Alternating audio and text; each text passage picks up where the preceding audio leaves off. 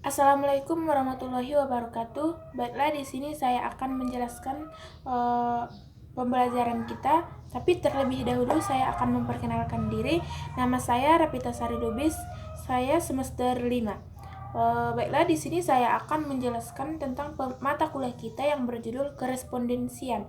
Di korespondensian ini kita hanya membahas tentang surat. Baiklah, di sini saya akan menjelaskan pengertian surat.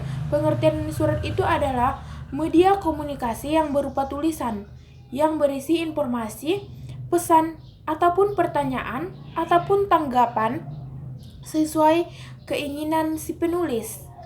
Adapun fungsi surat, yaitu yang pertama, surat sebagai alat komunikasi. Yang kedua, surat sebagai wakil penulis. Yang ketiga, surat sebagai alat penghemat waktu ataupun penghemat biaya.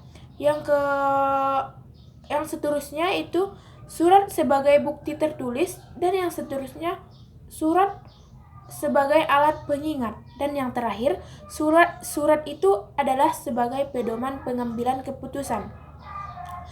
Baiklah, di sini saya akan menjelaskan atau bentuk-bentuk surat. Yang pertama yaitu bentuk lurus penuh. Bentuk lurus penuh ini adalah merupakan bentuk surat penulisannya semua dimulai dari pinggir sebelah kiri. Artinya mulai dari tanggal, penutup, sampai kata lampiran yang ditulis di sebuah bawah penulisannya dimulai dari kiri di dalam surat. Adapun bagian-bagian surat dari bentuk lurus penuh yaitu yang pertama kop surat, yang kedua tanggal dibuatnya surat, dan yang ketiga nomor surat, dan yang keempat lampiran, dan yang kelima yaitu hal, dan yang keenam surat yang ditujukan, dan yang ketujuh salam pembuka, dan yang kedelapan pendahuluan isi surat ataupun penjelasan yang termasuk di dalamnya, penjelasan isi surat dan penutup isi surat, dan yang kesembilan yaitu salam penutup, dan yang ke-10 nama jabatan ataupun yang ke-11 tanda tangan, dan yang ke-12 nama yang menandatangani, dan yang seterusnya adalah tembusan, dan yang terakhir halaman lampiran surat inisial. Adapun bentuk surat yang kedua yaitu bentuk lurus. Pada dasarnya sama dengan suatu surat bentuk lurus penuh, perbedaannya terletak pada penempatan tanggal, salam penutup, nama instansi, nama keterangan, dan nama jabatan yang ditulis di sebuah kanan surat tersebut. Dan yang ketiga, adapun bagian-bagiannya sama seperti yang saya sebutkan pada bagian-bagian surat yang pertama ya. Dan yang ketiga, bentuk surat itu yang ketiga bentuk setengah lurus. Bentuk setengah lurus ini sebenarnya sama dengan bentuk surat lurus, hanya perbedaannya terletak pada penulisan isi surat dan tiap alinea baru menjorok ataupun masuk ke dalam. Pada praktiknya, surat dengan bentuk ini banyak dipergunakan oleh perusahaan.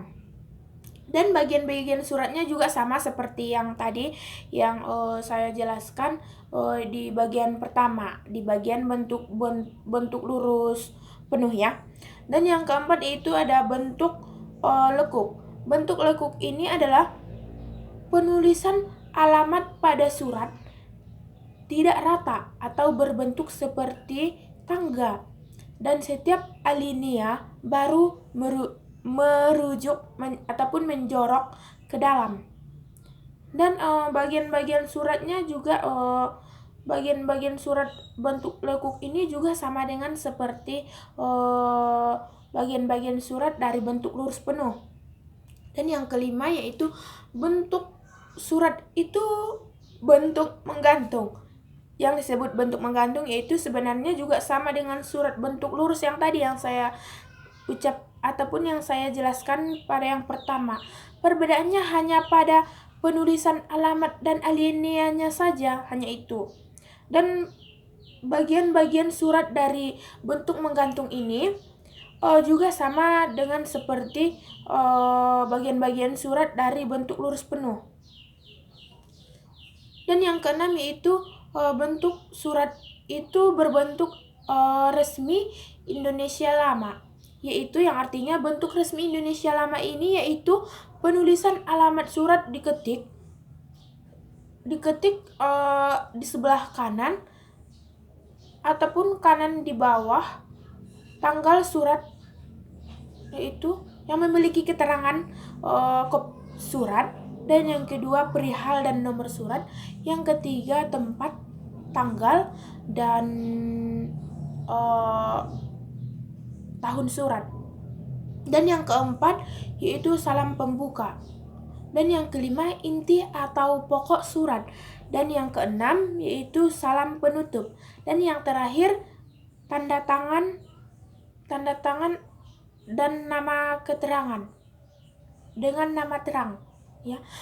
Yang ketujuh itu bentuk suratnya itu terdapat yang ketujuh bentuk surat itu bentuk resmi Indonesia Baru. Bentuk resmi Indonesia Baru ini merupakan variasi bentuk setengah lurus, dan bentuk resmi Indonesia bedanya dengan bentuk setengah lurus terletak pada penulisan salam pembuka.